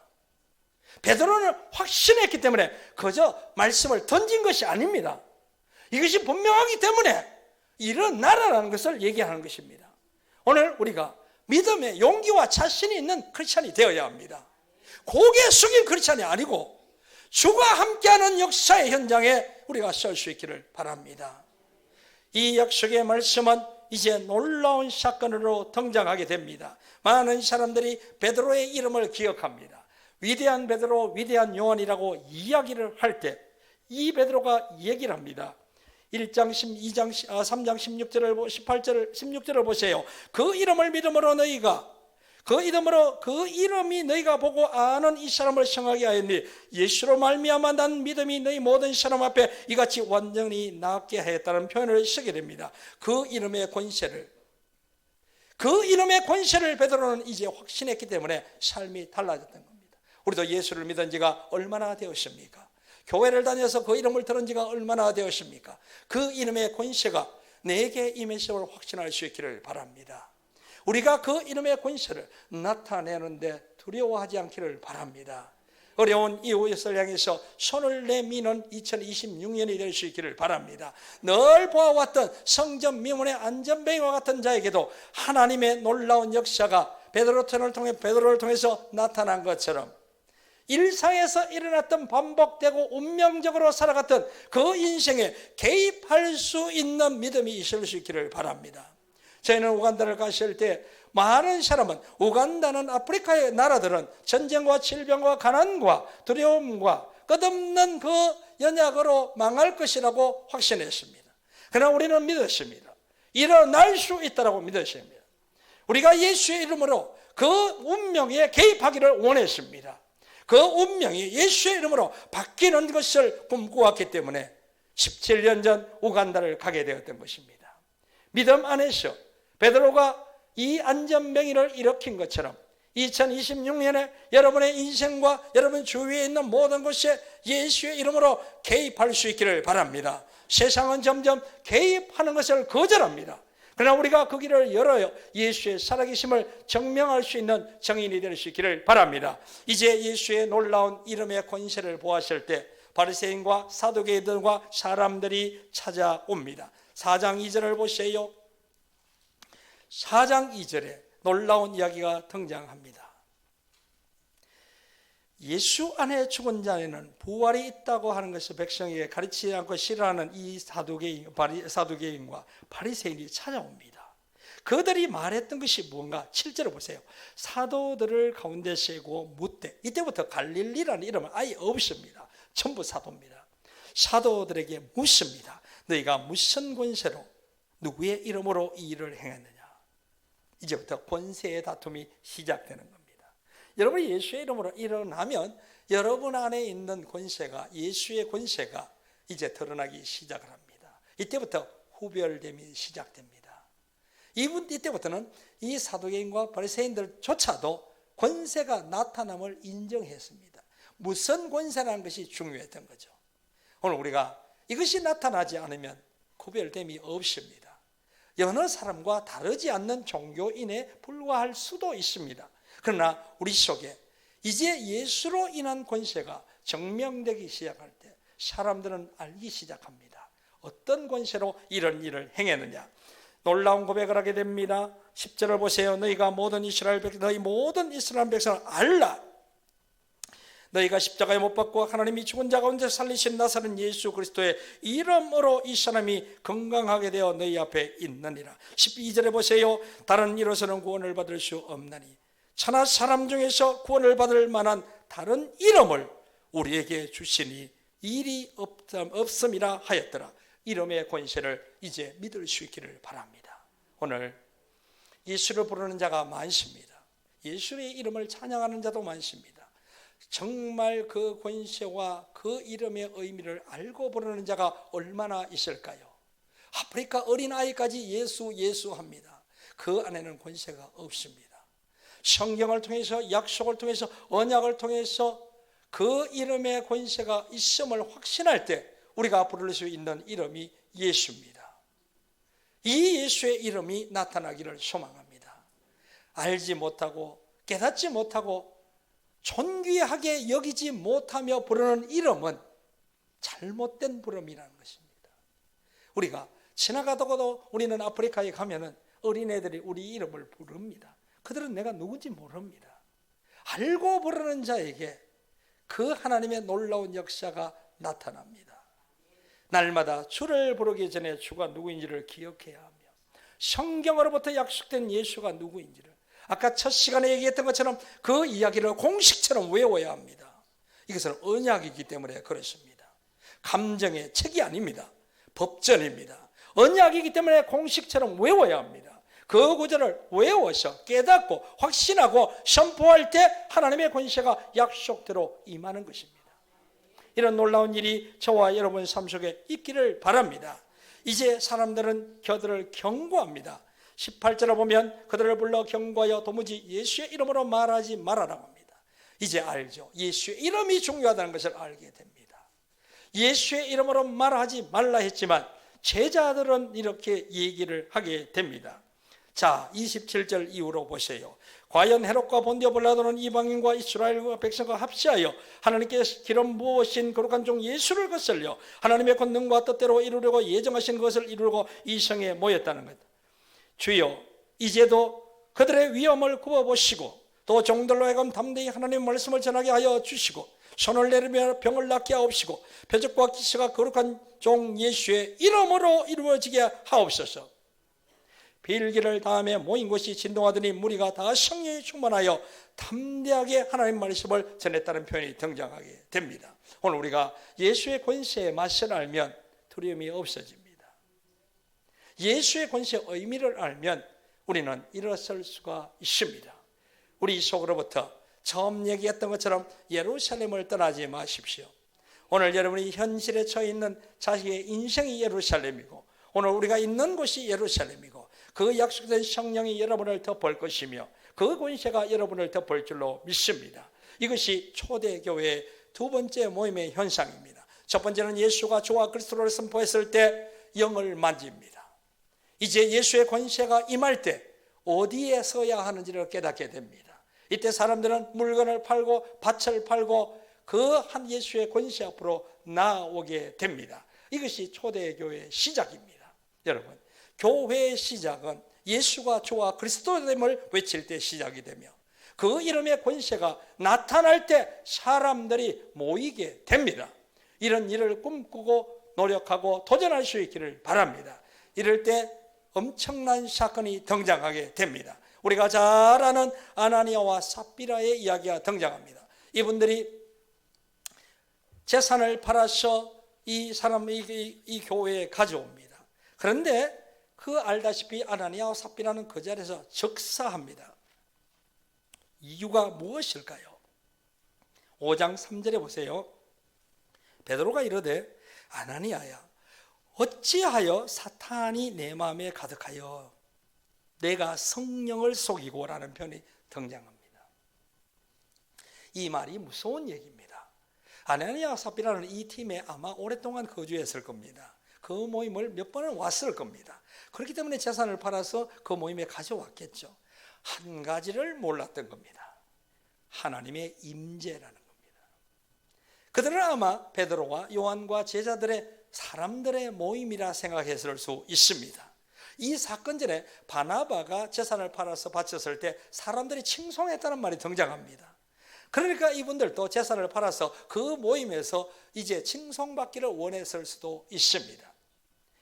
이것이 교회가 경각해야 될 중요한 내용인데 교회는 하나님의 임재를 잊어서는 안 됩니다. 이 임재가 교회에 있다는 겁니다. 사람들의 모임이 아닙니다. 저는 아프리카 교회에 그 연약한 분들의 그러나 그 위대한 믿음을 보았습니다. 저희 교회는 2층입니다. 계단을 올라가야 합니다. 계단을 쭉 올라가서 비가 오는 아침이었습니다. 바닥이 젖어 있었습니다. 어떤 연약한 할머니 한 분이 오셨습니다. 그분은 교회에 이름도 없고 아주 조용히 교회를 다니는 분이죠. 그 계단의 다 끝에 교회 문이 들어가는 그곳에서 엎드리는 것을 보았습니다. 우리는 교회를 가면 인사를 합니다. 목사님 안녕하세요. 집사님 안녕하세요. 근데 그 연약한 할머니가 하나님의 임재를 먼저 기억했다는 것이 참 충격이었어요. 거기 엎드려서 딱 그 축축한 바닥에 엎드려 기도를 하는 겁니다. 제가 기도를 했습니다. 아버지, 이분을 보아 이곳에 임재하시옵소서. 저는 그 문을 수백 번을 다녔기 때문에 감각 잃은 자가 되었죠. 주일이 됐기 때문에 목사기 때문에 앞에 서서 인사를 했습니다. 그분은 달랐습니다. 여기가 아버지가 계신 곳이라고. 오늘 여러분이 하나님의 임재를 인정하면 하나님은 나타나십니다. 교회를 들어오기 전에 아버지의 집이라는 걸 기억해야 합니다. 우리는 교회를 지으면서 헌당 예배를 가면 저는 동일한 설교를 합니다. 우리는 여러분을 도와주지 않았습니다. 우리는 아버지의 집을 같이 지었을 뿐입니다. 이제 우리가 기도로 하나님의 임재를 기대합시다. 이것이 교회입니다. 오늘 우리가 교회에 들어오는데 너무 익숙해진 사람들이 되었습니다. 임재의 두려움을 우리는 배울 수 있기를 바랍니다. 그것이 곧 경건의 두려움이라는 거죠. 하나님 앞으로라는 거죠. 저희는 주일날 교인들이 교회를 올라올 때 거기에 서서 손을 잡아줍니다. 저는 안녕하세요라고 인사하지 않습니다. 예수의 피가 여러분을 덮노라라고 얘기를 합니다. 그 피를 기억하지 않고 하나님 앞으로 간다는 것은 죽음입니다. 오직 예수의 언약 안에서, 그 피의 언약 안에서만 우리는 하나님을 아버지라 부를 수 있고 거기에 설 수 있습니다. 구약에 하나님을 대면했던 자는 다 죽었습니다. 오늘날 크리스찬은 너무 용감합니다. 그래서 교회는 십자가를 크게 붙여놨던 거죠. 기억하라는 거예요. 저주가 끝났음을 기억하고 그 피의 언약을 기억하여 아버지 앞에 오라는 곳이었죠. 그러나 오늘날 의외로 많은 크리스찬들이 십자가를 보지 않습니다. 십자가를 장식이라 생각합니다. 십자가는 약속이었죠. 그리고 그 피를 기억하지 않습니다. 예배를 들어옵니다. 이것이 하나님이 살아계신 하나님이 보았다면 이것은 충격이었을 겁니다. 저는 목회자들을 모아서 이렇게 훈련을 합니다. 주일날 교회 문을 연다는 의미를 아십니까? 주일날 교회를 문어서 우리가 환영을 해서 교회가 충만했다는 뜻을 압니까? 그 뜻은 어둠이 교회에 가득 들어왔다는 뜻입니다. 이것을 목회자들은 십자가의 언약으로 그 어둠을 걷어낼 자신이 없으면 어둠이 교회를 채우는 희한한 현상이 일어난다고 경고합니다. 우리는 깨어 있어야 합니다. 교회의 그 하나님의 임재를 기억하지 못하면 모든 사람들이 하나님의 사람이라고 믿을 수는 없습니다. 처음 온 사람도 있고 이제 교회가 첫걸음인 사람이 있습니다. 어둠이죠. 그것을 피로 덮을 만한 믿음과 영안이 열려야 합니다. 그래서 제가 문 앞에 서서 인사를 합니다. 예수의 피로 덮을지어다. 저는 교회를 지키는 사람입니다. 하나님의 임재를 지켜야 합니다. 그리고 하나님의 자녀들을 씻어서 돌려보낼 책임이 있는 거죠. 저는 이는 교회를 계단을 통해서 걸어오는데 이렇게 얘기를 합니다. 한 계단 걸을 때마다 주를 기억하고 오시라고. 막 들어오지 말라는 겁니다. 한 계단 걸어올 때마다 주께서 가신 골고다를 기억하시고 그 언약으로 어떻게 우리가 구원을 받았는가 알고 그 앞에 임재를 기억하고 하나님 앞으로 오십시오. 오늘 주일날 이 놀라운 언약의 약속이 이 아름다운 교회 위에 충만할 수 있기를 바랍니다. 우리는 어떻게 보면 프로그램화된 예배를 드리고 어떻게 되면 세련된 예배를 들어 더 이상 무릎을 꿇지 않는 교회가 됐을 수도 있습니다. 하나님의 아프리카를 축복한 이유는 아직도 그 순수함이 남아있기 때문이라고 저는 믿습니다. 그들은 부족하지만 아버지를 인정하고 하나님의 집을 인정하며 하나님의 도움을 갈구하며 그들의 연약을 고백했기 때문에 주님의 나타나심이 그들과 함께 했을 줄로 그렇게 생각을 합니다. 오늘 우리가 1장부터 5장까지 이야기를 통해서 무엇을 알게 됩니까? 하나님의 약속이 시작되었습니다. 그리고 성령이 우리의 놀라운 새 인생을 시작합니다. 그리고 우리가 확실히 알고 선포할 때 사람들이 모입니다. 그리고 그를 통해서 모인 모든 곳에 하나님의 임재가 있습니다. 베드로는 알았습니다. 이곳에 성령이 임했다는 거죠. 놀라운 얘기죠. 아마 그 모임이 예배가 아니었을 수도 있습니다. 이 아나니아와 삽비라가 그저 예물을 들고 왔을 수도 있습니다. 그것이 사무실이었을 수도 있습니다. 그렇지만 그들이 들어왔을 때 베드로가 안 것은 우리가 모인 곳에는 성령이 임한다는 것이었습니다. 그러니까 이들이 거기에서 적사할 수밖에 없었던 겁니다. 오늘 이 두려움을 안고 주께 나올 수 있기를 바랍니다. 이 경건을 안고 주께 나올 수 있는 그런 하나님의 교회가 될 수 있기를 바랍니다. 그럴 때 주님께서 약속한 놀라운 사명이 우리를 통해서 열릴 줄로 믿습니다. 자, 지금 점심시간이 몇 시죠? 그럼 7분 남았습니다. 계속하겠습니다. 교회는 이제 성령으로 인해서 시작되고 그리고 임재로 인해서 시작됩니다. 두 번째 교회가 중요한 게 무엇이었을까요? 말씀입니다. 우리는 6장의 이야기와 7장의 이야기를 보면 스데반의 이야기가 등장합니다. 이 스데반은 집사였습니다. 생각했겠죠. 나는 빵을 나눠주는 사람이니까 말씀을 알 필요가 없다라고 생각할 수 있는 스데반이죠. 그러니까 많은 사람들이 스데반과 논쟁을 벌린 겁니다. 베드로를 만나지 않습니다. 아마 이분은 말씀을 모를 거라 생각을 했었겠죠. 그러니까 이분들과의 논쟁이 시작되는 것을 보게 됩니다. 이 스데반이 누구였습니까? 스데반은 구약으로부터 시작된 하나님의 이야기를 다 알고 있던 성령의 능통한 자였다는 것을 보게 됩니다.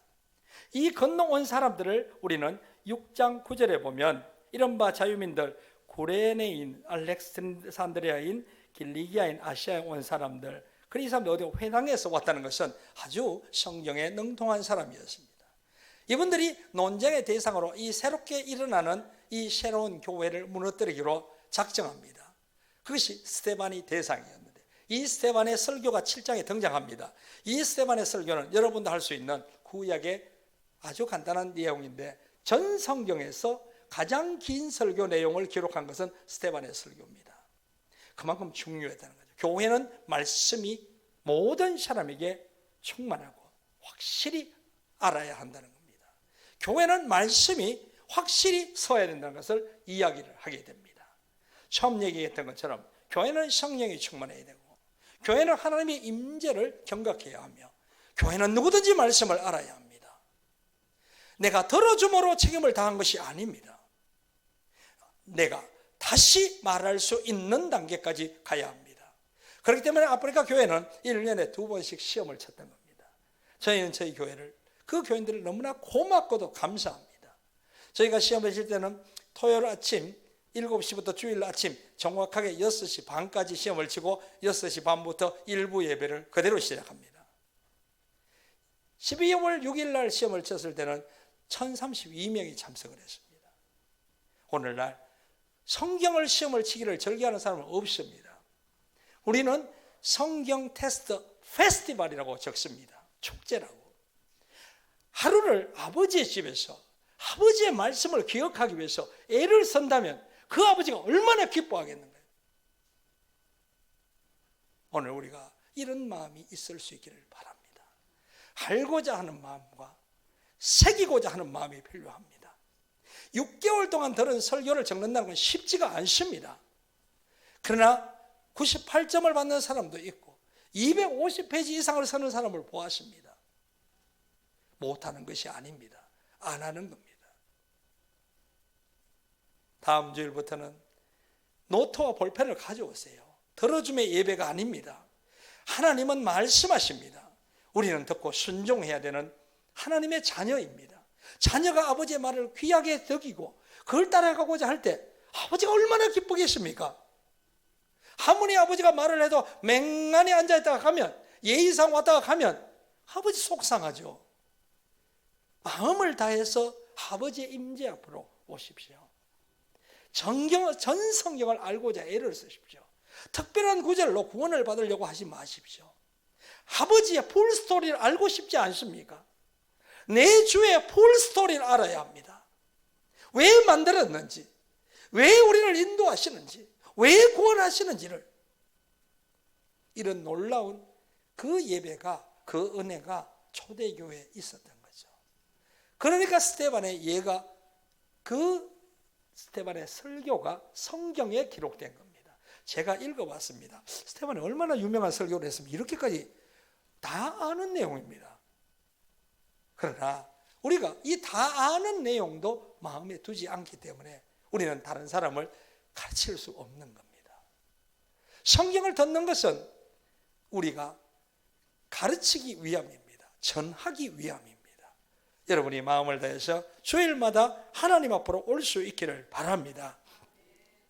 말씀에 충만한 이 스데반은 하늘에 계신 주를 볼 수 있는 영광을 누리는 것을 마지막 장면에 보게 됩니다. 이제 교회는 어떤 일을 마지막으로 진행을 하게 됩니까? 교회는 사명입니다. 유다와 사마리아를 개척하기 시작합니다. 사도행전 1장 8절의 약속이 시작된 거죠. 여기에서 약속대로 빌립이 이 사마리아에 가서 전도하는 내용이 8장에 등장하게 됩니다. 이제 이 8장에 등장하는 이야기로부터 이제 우리가 오후 시간에 계속해서 진행하겠습니다. 자, 우리가 이 컨퍼런스 끝나면 꼭 시험을 친다는 것을 기억하시고, 테스트가 끝나지 않으면 집에 못 갑니다. 알 때까지 다시 합니다. 우리가 마음을 다해서 한번 들어보십시오. 성경은 아주 익사이팅한 내용입니다. 지루한 책이 아닙니다. 살아있는 내용이고 우리 얘기고 내 얘기가 거기에 있습니다. 그래서 우리가 마음을 열고 생각을 열고 우리가 하나님을 따라가고자 하는 소망 안에서 이 말씀을 한번 들어볼 수 있기를 바랍니다. 기도하겠습니다. 좋으신 아버지 하나님, 이 아침에 사도행전을 열어주심을 감사합니다. 아버지 하나님의 말씀을 따라가며 주를 발견하며 또 하나님의 놀라우신 은혜 안에서 아버지 영광을 보게 하여 주옵소서. 감사하며 예수님의 이름으로 기도드렸습니다.